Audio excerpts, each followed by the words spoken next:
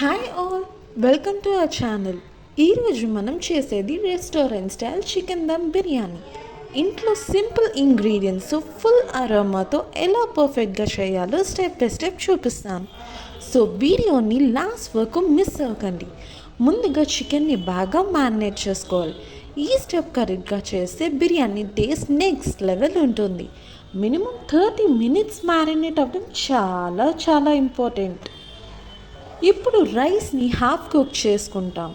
Water quantity కరెక్ట్గా ఉండాలి, అప్పుడే రైస్ సపరేట్గా ఉంటుంది.